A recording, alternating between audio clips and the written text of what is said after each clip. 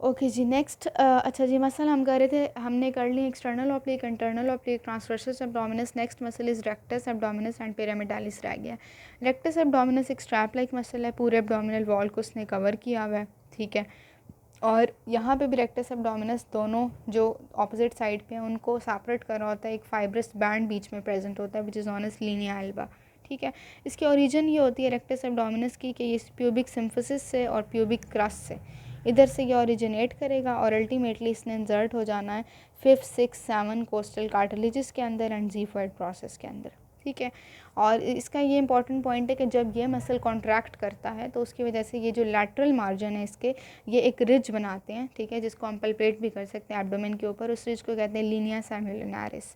और अगर वो रिज बन जाएगी तो उसका ओरिजिन इंसर्शन जो है उसका वो फिर ओरिजिनेट करेगा प्यूबिक ट्यूबरकल से लेकर 9th कोस्टल कार्टिलेज तक, ठीक हो गया। ओके, ये जो रेक्टस एब्डोमिनस मसल है इसमें डिफरेंट सेगमेंट्स होते हैं, डिफरेंट इंटरसेक्शन होते हैं जिन्हें हम कहते हैं टेंडिनस इंटरसेक्शन। इधर थोड़ा सा कंफ्यूजिंग है बट बेसिकली जिस तरह मैं आपको बताऊंगी उस तरह याद रखना कि इसमें 3 इंटरसेक्शंस होते हैं। एक ज़ीफॉइड प्रोसेस के लेवल पे होता है, ठीक है, एक इधर टेंडिनस इंटरसेक्शन होती है, एक अम्बेलिकस के लेवल पे होती है और एक इन दोनों के बीच में होती है, ठीक। और ये इंटरसेक्शंस जो हैं वो रेक्टस शीथ के साथ कनेक्टेड होते हैं, वो हम आगे रेक्टस शीथ में देखेंगे। ओके, रेक्टस एब्डोमिनस मसल की नर्व सप्लाई होती है लोअर 6 थोरैसिक नर्व्स, ठीक है। इसका काम ये होता है कि इसने एब्डोमिनल कंटेंट्स को कंप्रेस करना होता है, वर्टिब्रल कॉलम की फ्लेक्शन में इसका रोल होता है और एक्सपायरेशन में भी थोड़ा बहुत इसका रोल है, ठीक है। Next muscle is pyramidalis. So pyramidalis muscle अगर मैं आपको बताऊँ, पिरामिडालिस मसल ये ओरिजिनेट करता है एंटीरियर सरफेस ऑफ प्यूबिस से। ओके, पिरामिडालिस मसल का मैं आपको बता रही थी कि ये एंटीरियर सरफेस ऑफ प्यूबिस से स्टार्ट होता है and ultimately it gets inserted into the linea alba, ठीक।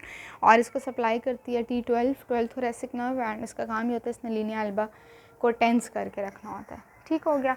सो we are finished with the muscles of the interior abdominal wall, ठीक है। उनके हमने फंक्शन भी देख लिया, नर्व सप्लाई भी देख लिया। अच्छा, नेक्स्ट लेयर पे आ जाते हैं, ठीक है। तो अगर आपको याद हो मैंने सारी स्टार्ट में लेयर्स बताई थी, skin, superficial, fascia, external oblique, internal oblique, वो सारे मसल्स हम देख चुके हैं। उनके बाद एक फेशिया थी which is known as fascia transversalis. So basically what is it, ये एक फेशिया है जो कि ट्रांसवर्सिस एब्डोमिनस मसल को कवर करती है, ठीक है। और ये कंटिन्यू करती है एक और फेशिया को जिसने डायफ्राम और इलियाकस मसल को कवर किया होता है, ठीक है।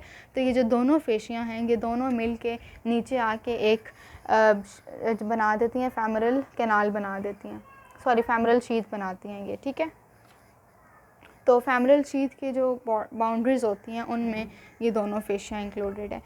ओके, नेक्स्ट हम आ जाते हैं एक्स्ट्रा पेरिटोनियल फैट के ऊपर, क्योंकि इसके बाद फेशिया ट्रांसवर्सालिस के बाद हमारे पास next layer extra peritoneal fat की और फिर पेरिटोनियम की, ठीक है। तो एक्स्ट्रा पेरिटोनियल फैट क्या है, बेसिकली एक थिन लेयर है कनेक्टिव टिश्यू की जिसके अंदर फैट है और वो किस किस के बीच में प्रेजेंट है, फेशिया ट्रांसवर्सालिस और पेरिटोनियम के बीच में, ठीक।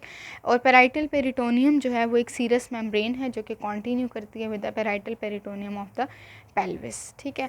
नाउ जो क्लिनिकल्स हैं वो 2 क्लिनिकल्स हमारे रह गए हैं। सर्जिकल इंसिजन्स का मैंने आपको बता दिया था।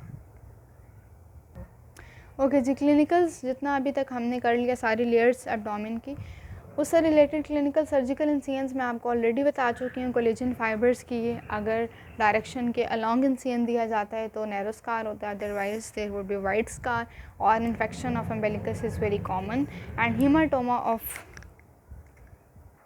ओके जी, हीमाटोमा ऑफ रेक्टस शीथ में अभी आपको बताऊंगी उसकी बाउंड्रीज वगैरह। बेसिकली इट्स अ शीथ जो कि कवर करती है रेक्टस एब्डोमिनस एंड पायरामिडालिस मसल को, ठीक है। सो इसका हीमाटोमा कॉमन है बेसिकली क्योंकि इस शीथ के कंटेंट में इन्फीरियर सुपीरियर और इन्फीरियर एपिगैस्ट्रिक वेजल्स होती हैं, ठीक है।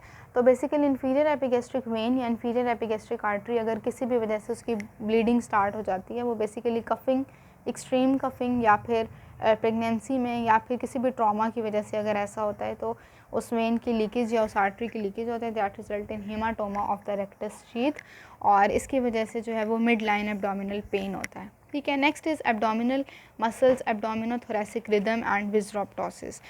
बेसिकली एब्डोमिनल मसल्स जो हैं जब रिस्पायरेशन होती है तो वो साथ साथ कॉन्ट्रैक्ट और रिलैक्स करते हैं, ठीक है, रिब मसल्स के साथ साथ, तो ये सारी मतलब रिदम इस तरह मेंटेन रहती है।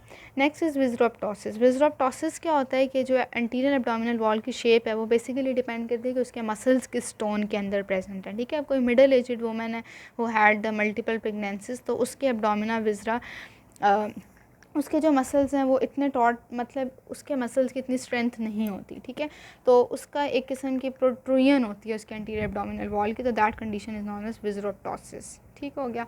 ओके जी, let's start with the rectus sheath.